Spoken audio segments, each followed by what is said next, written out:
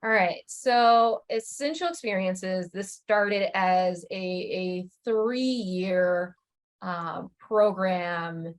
It was about a $1.2 million commitment from GAR, and it covered preschool through 5th grade, excluding kindergarten initially. And we really wanted to provide meaningful kind of field studies or these field experiences outside of the classroom. And what's not on the slide, I definitely want to add, like the vision behind this was definitely, pulled from our former superintendent, Dr. David James's head, and like his conversations with our Vice President Kirsten about how do you have these kind of consistent, meaningful experiences across grade level. And so this partnership that we sort of developed, we made sure that we would fund the actual programs if APS could cover the transportation and the food and the things like that. So that's kind of how. Marcie, did you want to talk anything more about that kind of initial partnership? Right. I think there were a lot of needs that came up initially around the conversations with GAR and APS in the early stages, but really the need to look at how students had opportunities outside of the classroom in the elementary, knowing that we wanted to make sure that they were getting the arts and historical and cultural institutions early on, and having those experiences. In that, we also knew in Akron that a lot of field trips in the elementary were teacher sort of driven, and it really depended on if teachers had funding or if they could go that year or if they had an opportunity to take a group of kids someplace. And just by nature of enrollment, lots of our students could go all through elementary school never having a field trip, just because if they just didn't happen to be in that school who got a grant that was going on, or that classroom that year that got to go, they unfortunately had a lot of students that just weren't having that opportunity. So of all the needs in public education that GAR and APS have partnered on, this one sort of really rose to the top as giving students a guaranteed experience outside of the classroom at every grade level. So that was some of that foundation piece too. Yeah. Decision making. And these are a few key elements, like Marcie definitely spoke to one of those. So we wanted to make sure that these experiences were curriculum based. They were in alignment with Ohio learning standards. They directly connected to the content that was taught in the classroom. Like Marcie said, a kid could go through their entire, elementary school without having an experience. So we wanted to make sure that every single child, regardless of what school they were in, regardless of their family's financial situation, that they were able to have an experience every single year through this program. And then consistency. We wanted to make sure we provided kind of a consistent hands-on grade appropriate experience to support these students' learning. And one of the things that's not listed in here is connected to the curriculum is this, this idea of students being able to see themselves in this work. A lot of arts and culture providers struggle with, diversifying staff and having curriculum that speaks to all people. So we wanted to make sure that was a key element of this work, that students feel welcome in space and see themselves in this work. And tied to that is students can be exposed to careers that they may have never known existed, especially within the arts and culture space. And so the first phase of this work, here are our providers or host organizations that we worked with. We actually announced them in February of 2019. And then here's a little bit of a timeline of how this program worked over the last 3 years. So we initially made the grant to the various host organizations, and these are grants directly to those organizations. It wasn't through APS or anything. We wanted to directly fund these organizations. And then we went through, so the kind of background on that, we did receive proposals from various organizations after, we had conversations with them. They talked about what they wanted to do. And then once the grants were made, we went through a pilot run, a pilot run in the spring of 2019. And that was an interesting moment for us, because I think that, we definitely realized that, having one-off experiences, having one-off field trips for many of these providers is very different from kind of a grade level wide sort of experience. So like a lot of these providers had never had 1,000 students coming through their doors from a single district who are as diverse as APS. So there was a moment where like, oh, wow, this is a little bit different than what we were anticipating. Marcie, do you want to speak to that at all? Yeah, could you go back to the previous slide for a second? Yeah. I want to talk a little bit about the phase 1 organizations and the type of experiences that they have given our kids. So as Bronlynn and I were just saying, that sort of the equity and access to a robust, meaningful trip wasn't just a one and done, went for the day and they went to the zoo, saw some animals and left. That's what a typical, not that that's not a valuable experience, but these are essential experiences, because we have a lot of pre-activities, on-site activities, and post-activities that follow through on all of these. But just to give you a little high-level overview about what each of these did, and sort of imagine yourself as an elementary age student having this type of experience year after year, versus times where kids might not have had any. In our pre-K programming with Art Sparks, they do a 16-week program where they come in once a week to our pre-K classrooms and do arts and music and dance with the students. So lots of music, lots of dance moves, watching these adorable 3 and 4-year-olds, just learn that coordination, that collaborative skills, and the songs and the music and the techniques, the counting, lots of tie into those pre-K, kindergarten readiness skills that we want students to have as they head into our elementary schools. And then, as Bronlynn mentioned, we didn't add in kindergarten until recently. We'll talk about them in phase 2, but first grade was Akron Zoo, and our Akron Zoo did a 2-part experience with students. One where they came to the classroom in person and did a on-site, touch the animal, meet animals up close, all about what living and non-living things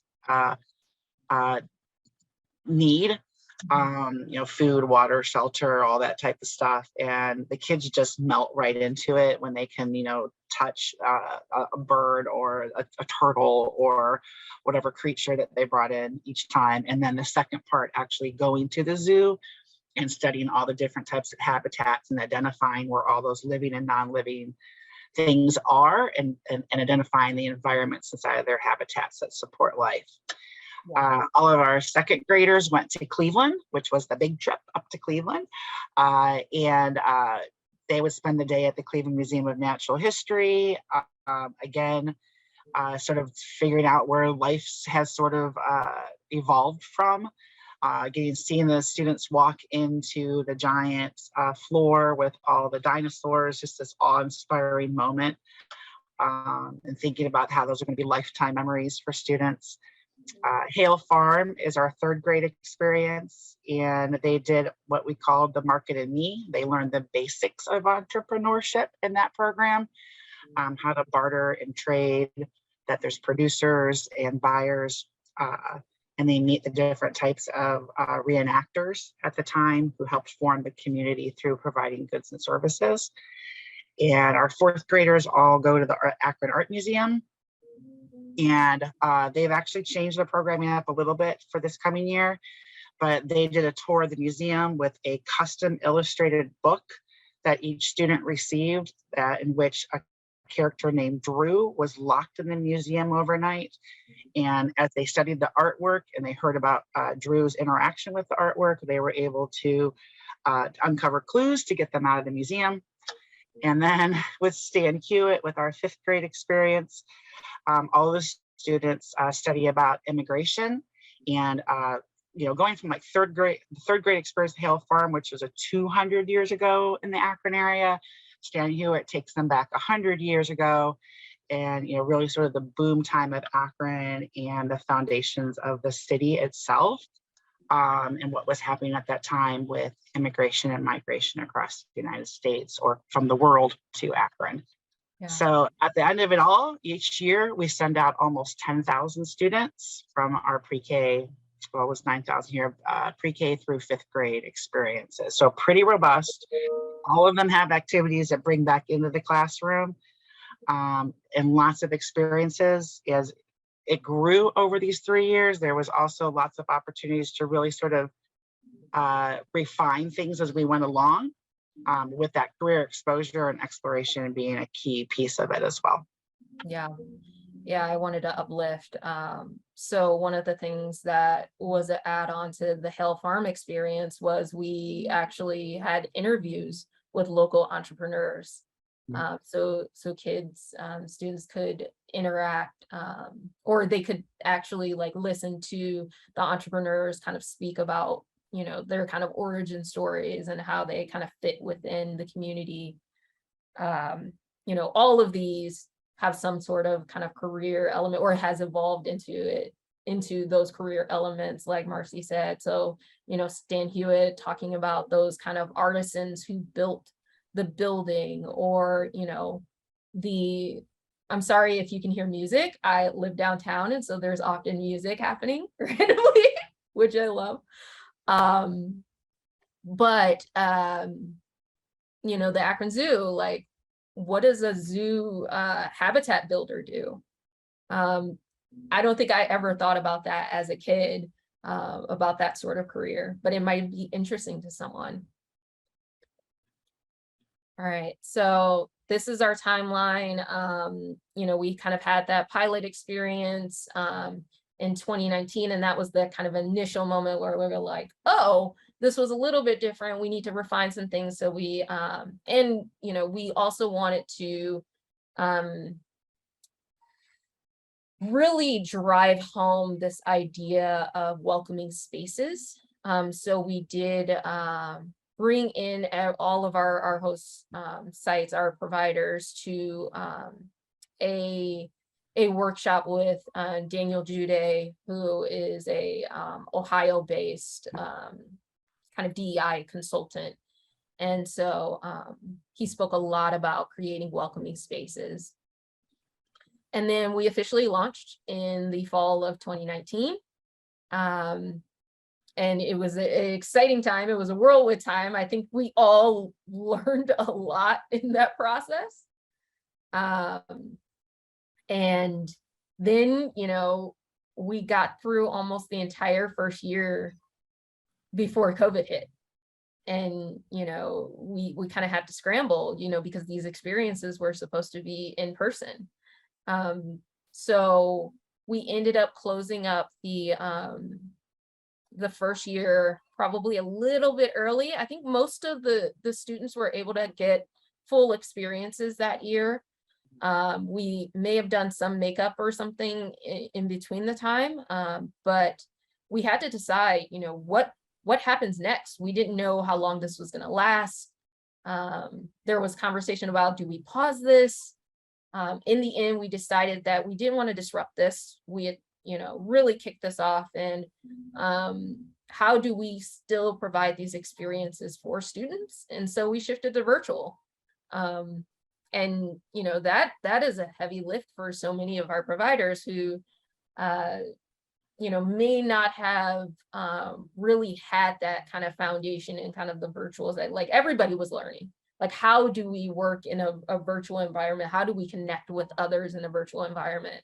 And I think that so many of our providers rose to the occasion to still provide meaningful experiences for students. And it evolved over time, and that, we'll talk about it in the next slide, but it did, give us the opportunity to stretch ourselves as we moved into the next year. And then we returned to in-person in the fall of 2021. That virtual year was a tough one for everyone. It was a tough one, but we knew, as Bronlynn said, we didn't want to lose a year. And we learned a lot as a result. But again, all the providers just really figured out a way how they were still going to connect to the kids. For example, the zoo bought 1,500 stuffed plushy bears. And we managed to get all of those home to students. And as they had a series of virtual experiences with the students, because we actually wouldn't want to put a first grader on a video call for, like a typical 4-hour zoo trip, right? So they did a series of smaller ones throughout the year. And each time they learned something else about their little grizzly bear. And at the end, we're able to build a habitat that would be enriching and safe and provide for everything that their grizzly bear would need. So it still got some of that hands-on piece for it. And it was great to see the kids joining, and they all had their little bears up in the camera, and what they had named them and what they were doing for them and what they had learned. So it was a different way to sort of do the outreach, but great partners who got very creative. And every time we got together, we sort of pushed, maybe if we tried this, maybe if we tried that. And so many of those practices just flowed right into the following year. As well. Yeah, I remember popping in on a virtual session with Art Sparks, and it's the little kids, the little students, and they are adorable. It's just like watching them dance and sing, and Art Sparks did a really great job of creating a sort of magic through the screen. One of their musicians, he kind of changes into a different person during the session, and like the way that they like turn the camera, and like it was kind of a whirling sort of and then he would pop up as a different person and the kids would love it. And it was so great. They just really got creative, and I so appreciate all of our partners.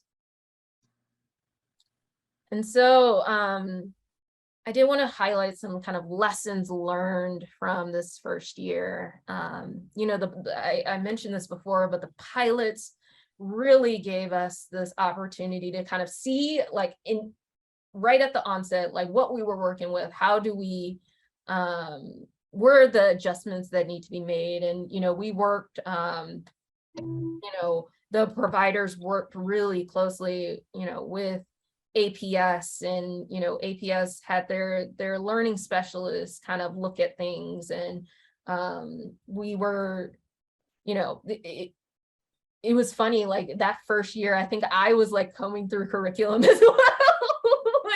like it was kind of hands on deck that very first year. And then we wanted to make sure that we were intentional about measuring and evaluating this program. So we created a survey tool that we use every single year. It has evolved over time. It is, questions change, the virtual year looks very different than that first in-person year. So the questions had to be different. But one of the beautiful things about, having that tool, and Marcie and her team being so close to the work and to the teachers, was that we could continue to iterate, to continue to improve the program over time. Like one day, there was feedback about like teachers not knowing where to go through a self-guided time. And so that feedback could immediately go to the provider, and the provider could like, oh, here are some options for those teachers, and make that adjustment really quickly. And then, COVID, it really helped move a lot of this work on to the virtual realm. And so, some providers, we're still working with like, paper and pen, and how do we, in packets, like physical packets, how do we kind of, better address the needs of the modern day classroom. And so I think that shift that COVID forced us to make helped us get to that place. And then, collaboration, providing space for the providers to kind of interact and engage and learn from one another is incredibly important. I think that, the first phase, we didn't do as much of that as we really wanted to, just due to the nature of everything going on with COVID. But I think that is something that we're carrying forward. How do we continue to create connections and continue to build space for people to learn and build upon each other? And then trust is key. With any partnership, it's hard. Sometimes we have really difficult conversations. But I think that so many of us, we trust each other. We have been in this work for, what has it been, 4-5 years now? And so we can kind of have those kind of harder conversations and know that in the end, it is the students that we are working for, and we're trying to support. And so how do we grow together and build together? So Marcie, do you want to add in? Yeah, just that I was perfectly summarizing what we've learned, but also that we, at this point, every curriculum that's put in front of our kids is custom made. This is nothing that was out of the box. They had some beginning ideas, but the work that through the pilots and the development and really reacting to the needs of our students in APS and the vision for what the beliefs and the systems that we have in place for our students, and making sure it reflects in the experiences the kids are having on site. So none of this was canned or things that they've been using for years. Really connected with making sure that they were creating something unique for the students of Akron Public Schools. You'll notice as we went over the sessions, the types of experiences, there was a heavy focus on science and social studies, but all of them have arts and music and this historical cultural relevance piece built for them as well. For purposefully, we oftentimes have a lot of focus on language arts and math, or reading and math all through the elementary. But with these experiences, some underserved subjects sometimes are the arts, the music, the science and social studies. And so all of the experiences really push on those topics for the students to make sure that they're getting that lens and focus. Yeah. And so this next slide really talks about what is happening within APS as this program is moving. And Marcie, do you want to talk a bit about, there's a couple slides in here that kind of comes from the APS side. Do you want to talk about the portrait of an elementary scholar? Sure. You may or may not know, Akron Public Schools is a college and career academies school. We have been college and career academies in our high schools since 2017. And now all of our high schools have 57 programs and pathways that students may opt to. They all go through, but they opt on different topics of interests, ranging from the arts to manufacturing, robotics, technology, health, business, entrepreneurship, a whole spectrum of opportunities for students to become involved in. Recently we moved into the middle schools. Last year was our first year as a grades 6 through 12 college and career academies. And we are in the process right now of finalizing plans to create Akron as the first pre-K through 12 college and career academies in the country. It's a partnership with Ford Next Generation Learning. The master planning for all of that has finished, and we're in the process of writing up that proposal for board approval and Ford approval. So it's pretty exciting stuff. But the document that you're seeing on the right has been a document that's been in conjunction with the essential experiences, has been sort of our North Star and guiding work that we've had in the elementary thus far, and helped drive a lot of the conversations that took place during the master planning for the transformation work in the elementary schools, around how we engage with businesses, how we transform the student experience, and how we transform teaching and learning. So the portrait of an elementary scholar mirrors the same portrait that we have for our high school graduates, which is a list of competencies and ideals that we would want students to have an opportunity to practice and demonstrate throughout their time with us as Akron Public School students. And so this portrait of an elementary scholar has some major components to it, as you can see in the headers, like the social skills and studies, social skills and society, real world skills, habits of mind. And all of those words sort of stem from a collaboration of, oh Jesus, there were dozens of community and business partners that were involved, school leadership, our teaching staff, counselors, all of the essential experience people were represented as we worked through this portrait and the wording that we wanted to capture for what we thought students needed to be able to do. Be kind, be respectful, show leadership skills, communicate, be a team member. Nothing that was like radical, nothing that we weren't already trying to get to show students, but that really has put this together in a document that is something that all of our staff can point to and practice with students. And so that if they're doing this all through elementary, then by the time they go to middle school, they're ready for the next phase of their portrait work. I don't think we have an image of it, but it's basically, it looks the same headers, but the words become a little bit more complex, a little bit more introspective, and things that we want kids to be able to demonstrate that they can do.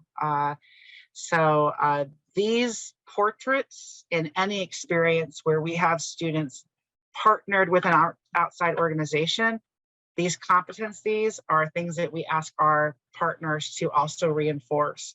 So we were able to introduce, since the curriculum was so customized and reacting to what we were asking out of the essential experience partners, bringing this in was a no-brainer. They were able to easily say, yes, we can give kids lots of opportunities to practice these competencies while they're with us and find ways to celebrate them when they demonstrate them and when they're back in the classroom with continuing learning. So this is that linchpin piece of it.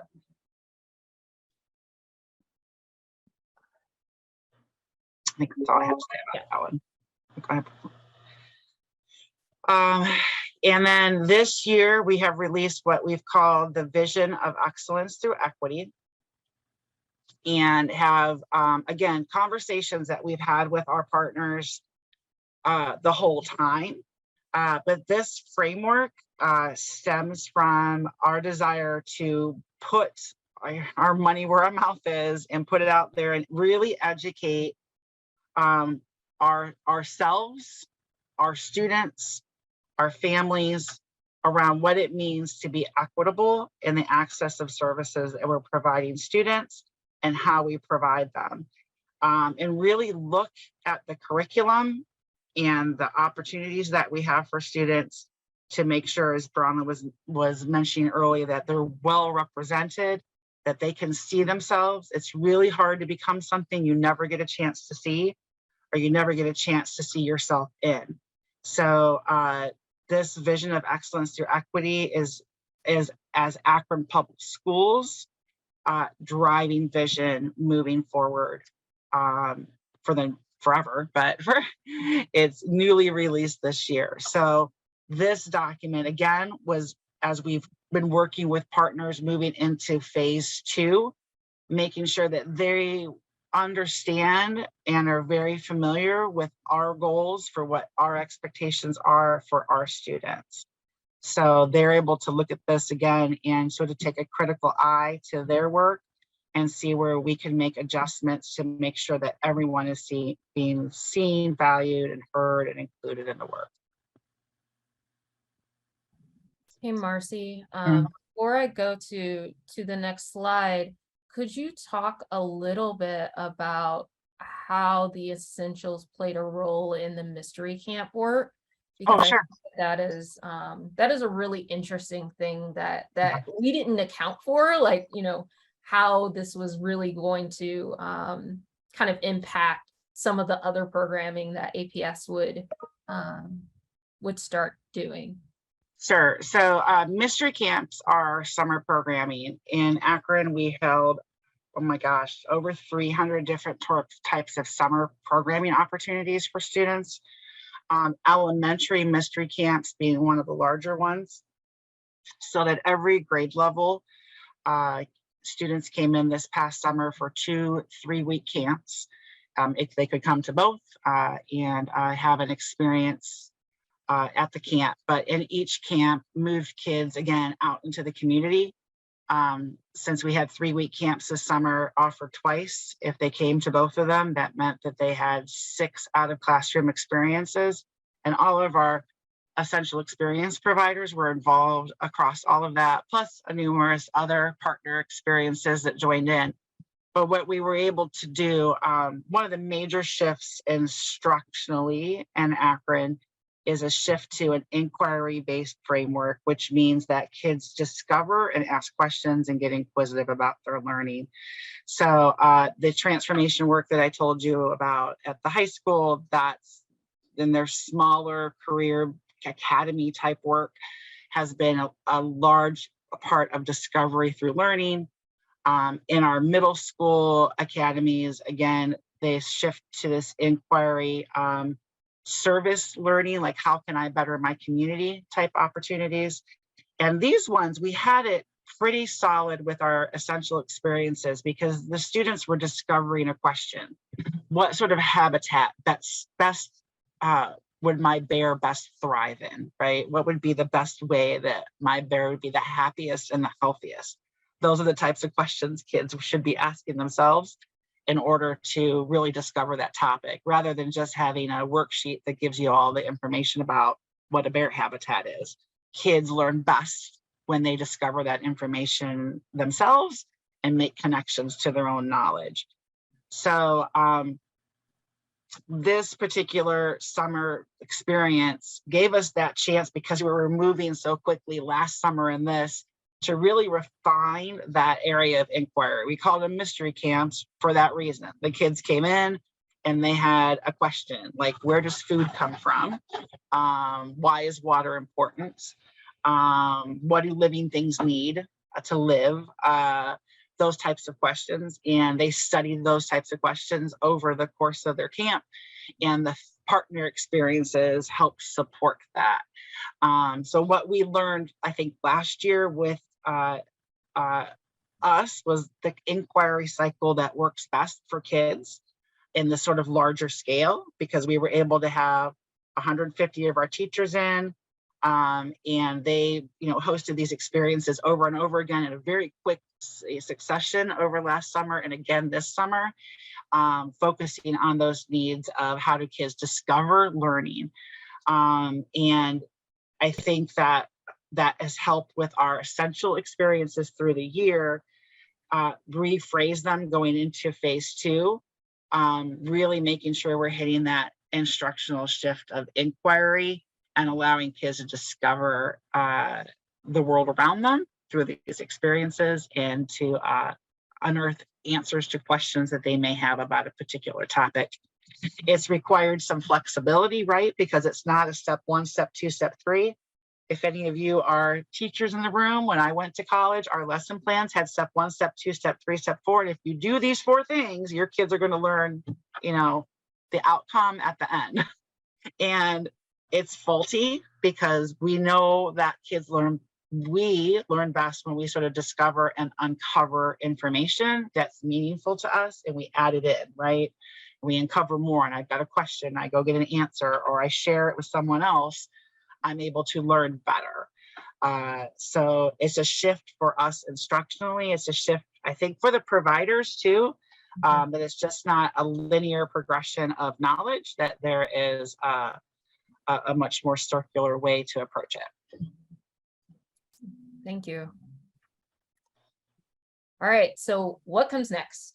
All right, so in early 2020, GAR renewed our support for this program with a grant totaling $2.1 million. So that brings our total investment in this program somewhere around, 3.3 or so million over the course of 6 years. It will be 6 years through phase 2. With that renewal of support, there was some adjustments that were made. So like Marcie said earlier, we didn't initially have a kindergarten program. So we added in a kindergarten program, and this was actually, due to, APS bringing in a kindergarten program. So they brought in the Akron Children's Museum at the tail end of phase 1. And, we like the idea of bringing them into the fold as an essential experience host. And then we had some transitions in the 2nd grade due to some exciting major renovations with the Cleveland Museum of Natural History. And so we had to kind of shift gears, and we brought in, and we thought that, it would be really important. We didn't have a sort of outdoor experience. So we brought in the Cauga Valley Environmental Education Center, which is run by the Conservancy for Cauga Valley National Park and the Cauga Valley National Park. So those are 2 new providers in this program. And then a few of our previous hosts have made adjustments to their program. So we're in the process of working with them around, like, what does a potential pilot look like? How are they, doing the process that we had in the beginning, because this is a new curriculum. It's new, this will be their first time running this through. So how do we kind of make sure that, they have that backbone, they have that foundation, but how are we still making sure we're testing and evolving and improving over time? And then, one of the things that came out of this first phase that we learned was, if we want to be intentional about students seeing themselves in space, your staffing is a key part of that. And so some of our providers were able to shift from, like, using volunteers to hiring staff. And so I think that is important to uplift, that, hiring staff who create space for students to feel more welcome is important. And then essential exchange. Essential exchange, I haven't mentioned this before, but that was that concept of bringing the providers together to learn from one another, to have that kind of cohort feel, to just to grow together. And that was something that all of them had mentioned that they wanted to do. And just due to, we started it at the beginning of 2020. And because of COVID, we couldn't continue to create that space. And in the virtual realm, it just didn't feel quite right. And so we were able to bring the providers together again in person for the first time in a couple of years this May.